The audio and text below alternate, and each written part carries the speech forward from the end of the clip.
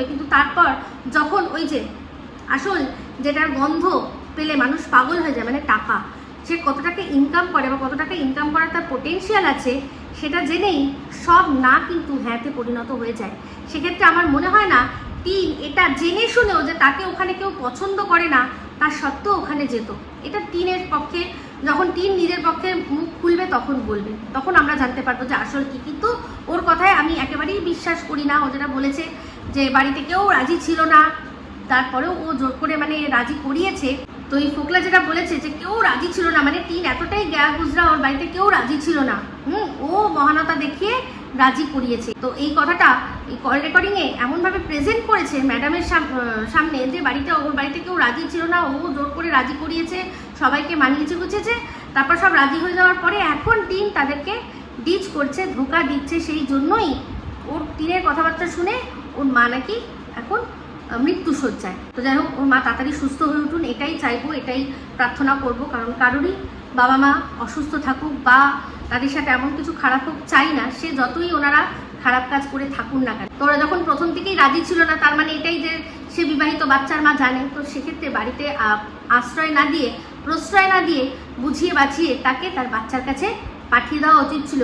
আজকে যদি এই জিনিসটাই ওনার মেয়ে করতেন, তাহলে পারতেন যে প্রশ্রয় দিতে, যে না মা তুমি থাকো এখানে, কোনো ব্যাপার না, বর যা বলছে যেরকম বলছে সেভাবে চলতে হবে না, বা বরের সাথে অ্যাডজাস্ট করে সংসার করতে হবে না, তুমি আমাদের এখানে থাকো, তোমার যা খুশি তাই করো, তোমার কোনো বন্ধু আছে যাও তার সাথে তুমি ঘুরে এসো, বেরিয়ে এসো, রাত কাটিয়ে এসো, কোনো ব্যাপার না, আমরা বুঝে নেবো। নিশ্চয়ই করতেন না। তারা নিশ্চয়ই তার মেয়েকে এটাই বোঝাতেন যে সংসারে অশান্তি হয়, সংসারে ঝামেলা হয়, অনেক কিছুই হয়, কিন্তু অ্যাডজাস্ট করে একসাথে হাসি মুখে থাকাটার নামই হচ্ছে দাম্পত্য। তো সবাই অ্যাডজাস্ট করে, তুমিও অ্যাডজাস্ট করো। নিশ্চয়ই তোমার মাথার ওপর থেকে জল চলে যায়নি, তোমার জীবন মরণ সমস্যা হয়নি। ওরা তো ভালো করেই দেখেছিল টিনকে, খুব বেশি দিন তো হয়নি।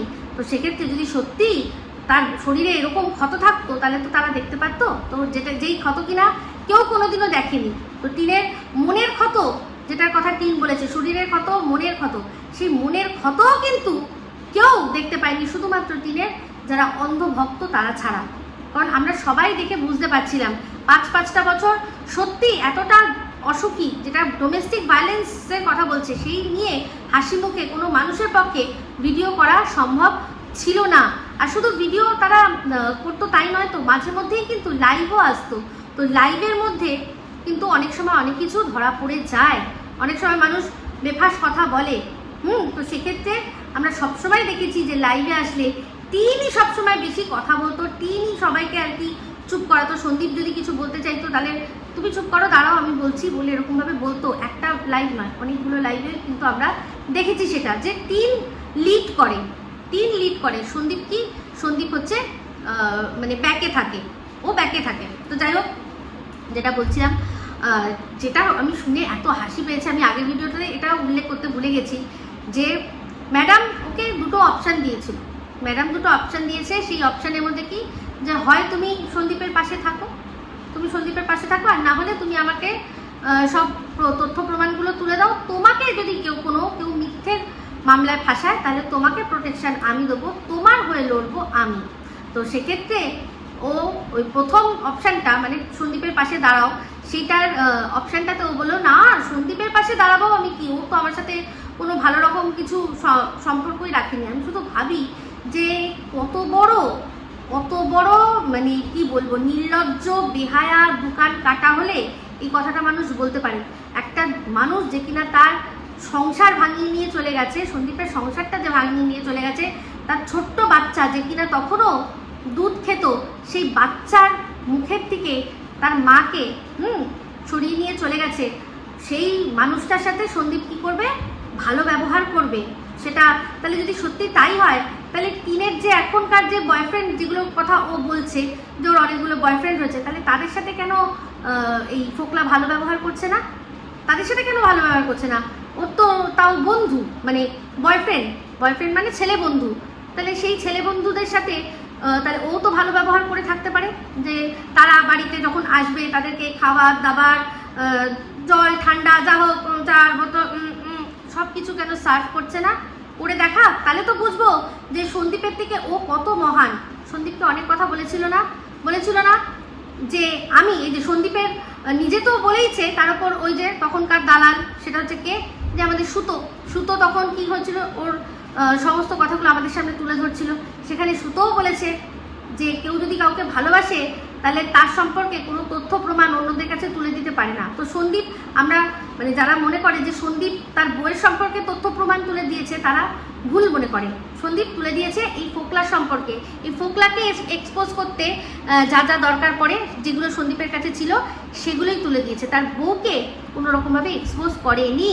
তো যাই হোক, সেখানে বারবার বলেছে না যে আমার যখন যার সাথে প্রথম সম্পর্ক ছিল তার সাথে, তাছাড়া হচ্ছে গিয়ে যার সাথে আমি বিয়ে করেছিলাম তার সাথে আমি কোনোদিনও তার সঙ্গেও আমার সম্পর্ক কী হয়েছিল না হয়েছিল তার সম্পর্কে আমি একটাও বাজে কথা বলবো না, এই কথাটা বলেছিল। কিন্তু তাও এই সুতোর কাছে একটা চিঠি তুলে দিয়েছিল প্রমাণ হিসাবে, বলেছিল আমার কাছে প্রমাণ আছে আমাদের সম্পর্ক যে আমাদের শেষ হয়েছে, তার পেছনে কারণটা কি, কার দোষ কার ভুল, সেটার আমার প্রমাণ আছে। সেই প্রমাণটা কি, এই মেয়েটি মানে এই ফোকলা যার সাথে বিয়ে হয়েছিল সেই শ্রী মেয়েটি একটা চিঠি লিখেছিল অভিমানে। এই ফোকলা দিনের পর দিন দেখেছে ফোকলাকে, যে ফোকলা যখন শ্রী ঘুমিয়ে পড়ে তখন এই ফোকলা কী করে অন্যান্যদের সাথে ফোনে যোগাযোগ করে, কথাবার্তা বলে, অনেক রাত অবধি তাদের মধ্যে চ্যাটিং হয়। তো সেই চ্যাটিংটা কী ধরনের সেটা আপনারা বুঝতেই পারছেন। তো সেক্ষেত্রে মেয়েটি এগুলো দেখে তারপর অভিমানে বলেছিল, তাহলে তুমি যখন এরকমভাবে করছো তাহলে আমিও তাহলে একজনের কারোর সাথে আমি আমার ইচ্ছা ছিল, পছন্দ ছিল, তার সাথে আমি ভেবেছিলাম প্রেম করবো, তাহলে আমি প্রেম করি, এরকম শুধু একটা চিঠি লিখেছিল। সেটাকে লিখে দিয়েছে কি হিসাবে না, প্রুফ হিসাবে, যে এই চিঠিটার জন্য আমাদের সম্পর্ক শেষ হলো। কিন্তু ভালো করেই বোঝা যাচ্ছে যে কোনো কিছু করতো না, সংসারে কোনো দায়িত্ব নিত না, তার ওপর কী করতো না, ওই ডুবুডুবু করে এসে ঝামেলা অশান্তিও করতো, এমনকি হাতও তুলতো।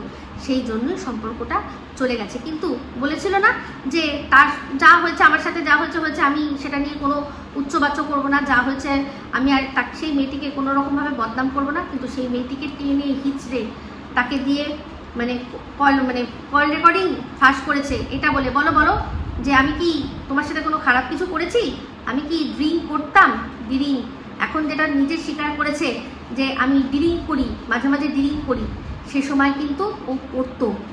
তাও যখন ধরা পড়ে গেল সমস্ত কিছু, তখন কিন্তু মেয়েটাকে দিয়ে রীতিমতো চাপ সৃষ্টি করে এটা বলালো কি যে না তুমি না এত, যখন একটা প্রশ্ন করেছিল যে এত আমাদের 1 বছরের সম্পর্কে বলো তো আমি কতদিন করেছি, তখন না তুমি তো ওরকম না তুমি খাও না, কিন্তু এখন সে নিজেই বলছে যে আমি একটু ড্রিঙ্ক করি। তো সেই ড্রিঙ্কটা বুঝতেই পারছি তখন হয়তো বাবার ঘাড় ভেঙে কতটা খাওয়া যেত, কিন্তু এখন এই 1.5 বছর ধরে হ্যাঁ টিনের ঘাড় মোটকে ভালোই যে ড্রিঙ্ক করা হয়েছে, সেটা দুজনেরই চেহারা দেখলে বোঝা যায়।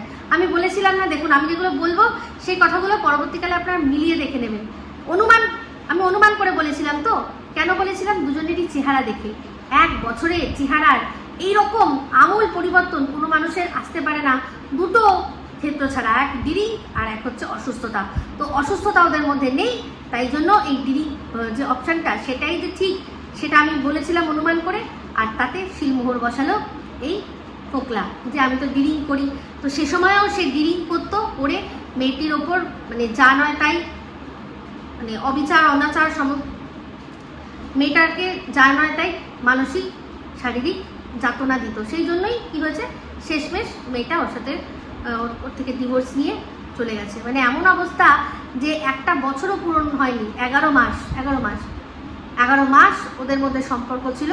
1 মাস ওয়েট করে, যেহেতু 1 বছর না হলে ডিভোর্সের প্রসেস হয় না, তাই জন্য 1 বছরের মধ্যে ওদের কিন্তু একটা মাস ওয়েট করে ডিভোর্স হয়ে গেছিলো। তাহলে সেই তার সাথে ডিভোর্স হয়ে গিয়েও তার সম্পর্কে সমস্ত কিছু তুলে দিয়েছে কার কাছে না, এই সুতোর কাছে, যাতে সে দর্শকদের সেগুলো দেখিয়ে এটা বোঝাতে পারে যে এই ছেলেটা কত ভালো, দেখো এই ছেলেটা কত ভালো, তার প্রাক্তন স্ত্রী এই সব করেছে, তার সত্ত্বেও সে তার কোনো কিছু সোশ্যাল করেনি। তো সোশ্যাল করবে কি, ওকে সোশ্যালে কে চিনতো?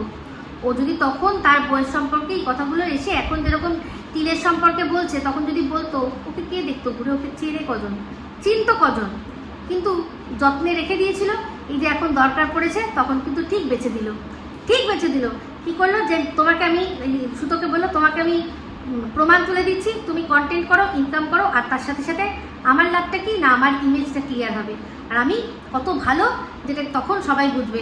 এই যে যেহেতু তখন পাশের দেশ থেকে এই স্লেভ হার্ট কী করছিল, ওর পুরো চরিত্র তুলে ধরছিল আমাদের সামনে, তাই জন্য ও কথাগুলো রাখার জন্য এই সুতোকে ধরলো যে আমার ইমেজ তুমি ক্লিয়ার করো, ও খারাপ বলছে, তুমি ভালো বলো, তুমি ভালো বলো চিৎকার করে করে। তো যাই হোক, আজকে এখন চিন্তা করে দেখুন, এই যে এতগুলো মানুষ যারা কিনা সন্দীপের পাশে ছিল আর যারা টিনের পাশে রয়েছে, তারা সবাই কিন্তু কি করেছে না, এই ঝিমি সাহা কত বাজে এই কথাটা বলেছে কি না, আজকে এর সাথে সম্পর্ক, কালকে তার সাথে সম্পর্ক। এই আমি কিন্তু একটা কথা বলেছিলাম যে ও বরের সাথে ডিভোর্স নিয়ে একটা কেন 10টা সম্পর্ক করতে পারে। তো আজকে আমি এখনো বলছি যে টিন যদি তার ডিভোর্সটা নিয়ে যদি ও একটা কেন ও 10 জনের সাথেও সম্পর্ক করে, আমি কিন্তু সেক্ষেত্রে সেটাকে খারাপ চোখে দেখবো না, কারণ ওর জীবন, ওর ব্যাপার। ওর যদি মনে হয় 10 জনকে দেখেও একজনকে বাঁচবে, বেঁচে তার সাথে বিয়ে করবে, বা যদি বিয়ে নাও করে, কোনো ব্যাপার নয়। নিজে ইনকাম করতে ও যথেষ্ট সক্ষম, সেক্ষেত্রে ওর আর মানে কারোর সাথে বিয়ে করবে, সে তার সংসার চালাবে, এগুলোর দরকার নেই। ও নিজের সংসার চালাতে সক্ষম, তাহলে সেক্ষেত্রে ওর আজ একটা বন্ধু হলো, কাল একটা বন্ধু হলো, সব কিছুও করতে পারে। কিন্তু সবার আগে ওর যেটা দরকার সেটা হচ্ছে কি ডিভোর্স। আর ডিভোর্সের জন্য কি চাই না, সেই গয়না। তো জানি না গয়নার কি আছে, যাই থাকুক না থাকুক, আমার মনে হয় এই যে টিনকে যে যতই অসহায় বলুক, ও কোনো অসহায় নয়, ও তো অসহায় মা। এই মায়ের তো কোনো যে মাতৃত্ব বা মাতৃসুলভ কোনো ব্যাপার, সেটা টিনের মধ্যে প্রথম থেকেই নেই। হ্যাঁ, মা হয়ে গেছে, সেটা বলেছিলাম যে বিয়ে করেছে, বিয়ের পর কি হয়, বিয়ের পর স্বামীর সাথে সহবাস হয়, আর সেই সহবাসেরই একটা বাই প্রোডাক্ট তার বাচ্চা। ভালোবেসে নিয়ে আসা যেটা বাচ্চাকে, আমরা দুজনকে ভালোবাসি, আমাদের দুজনের ভালোবাসার প্রতীক, সেই জিনিসটা সন্দীপের তরফে বরাবর ছিল, কিন্তু টিনের দিকে কোনো দিনই ছিল না।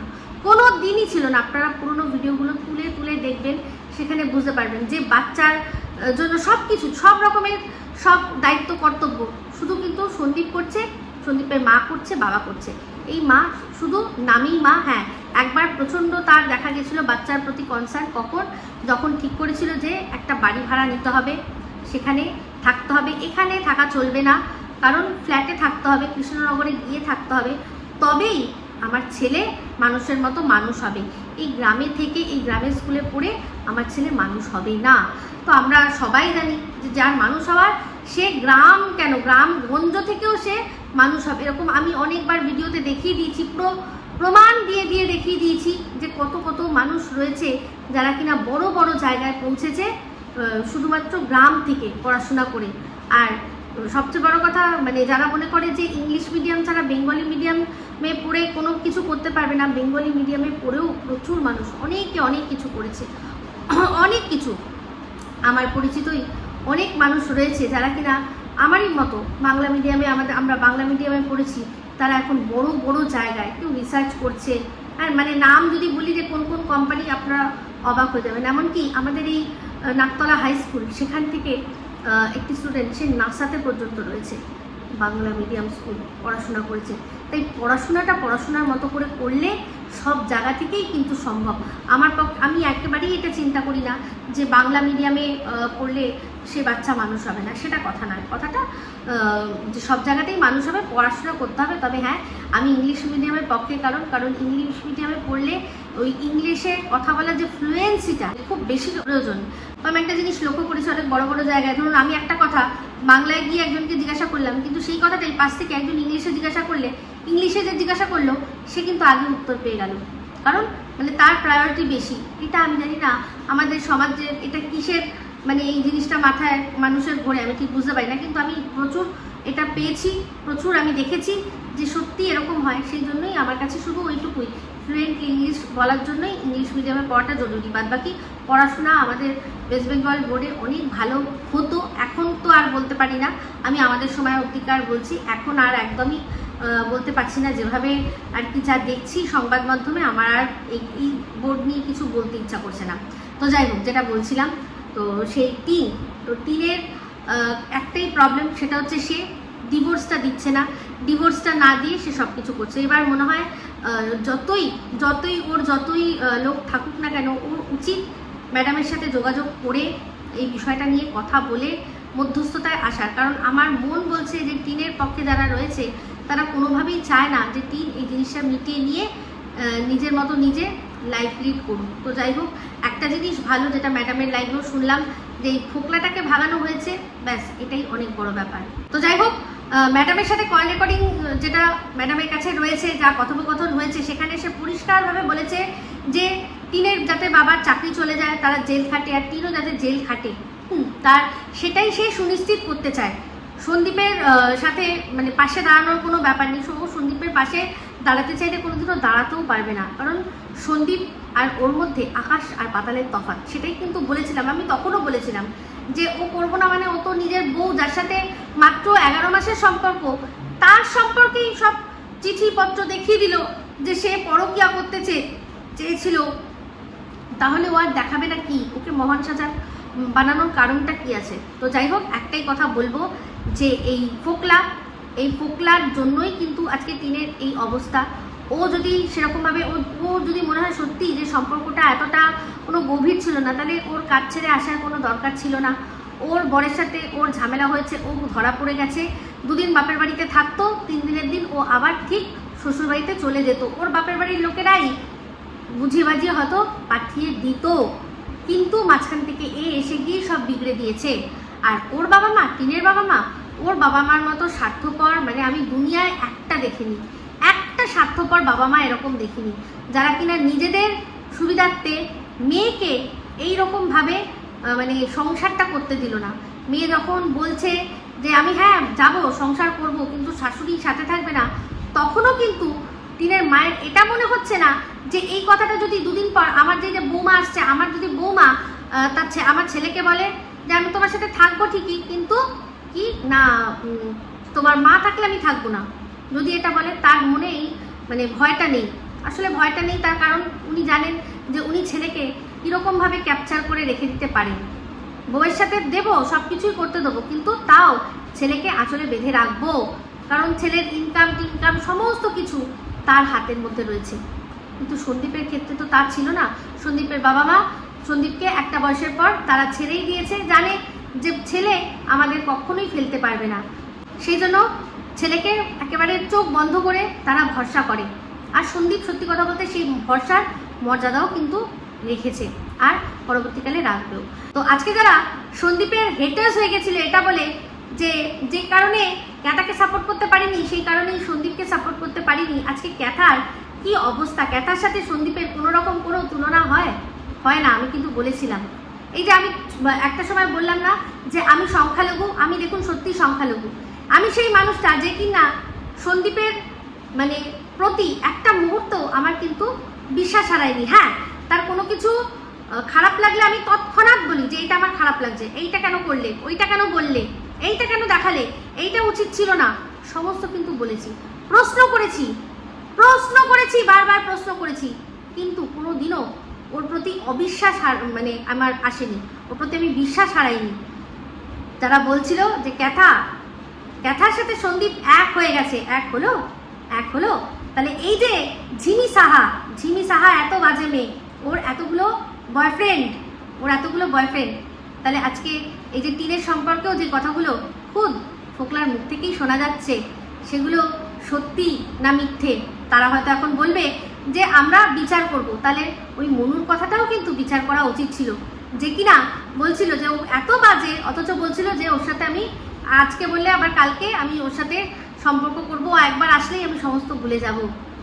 তাহলে সে সময়ও কিন্তু প্রশ্ন করা উচিত ছিল মনুকে, তার কথায় বিশ্বাস করে ঝিমিকে বাজে মেয়ে, একদম বাজে মেয়ে বলার আগে কিন্তু তাদের বোঝা উচিত ছিল, তাহলে যদি সত্যি এত বাজে মেয়ে, তাহলে এ আবার কেন ঘরে তুলবে বলছে, কেন সম্পর্ক রাখবে বলছে।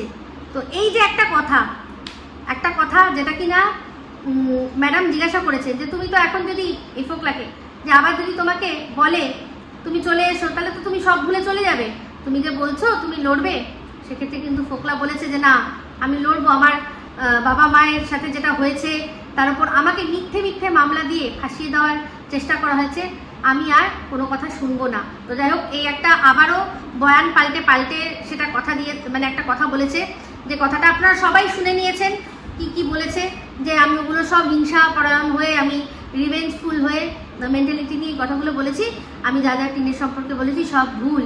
তো বলছে আমার মাথা ঠিক নেই। চিন্তা করে দেখুন তো, বয়ান পাল্টে ও আবারও যে কথাগুলো বলেছে, সেই কথাগুলোর মধ্যেই কিন্তু মানে সত্যি মিথ্যে সমস্তটা কিন্তু রয়েছে, প্রমাণ রয়েছে। সেটা আমি অবশ্যই নিয়ে নেক্সট ভিডিওতে আসছি। এখন এই ভিডিওটা আর বড় করছি না, এটা এই অবধি রাখছি। যদি ভালো লাগে তাহলে অবশ্যই লাইক, শেয়ার, কমেন্ট করতে ভুলবেন না। যারা চ্যানেলটা সাবস্ক্রাইব করেননি তারা সাবস্ক্রাইব করে নেবেন। সবাই ভালো থাকবেন, সুস্থ থাকবেন। আবার আসছি খুব শীঘ্র নতুন ভিডিও নিয়ে। টাটা।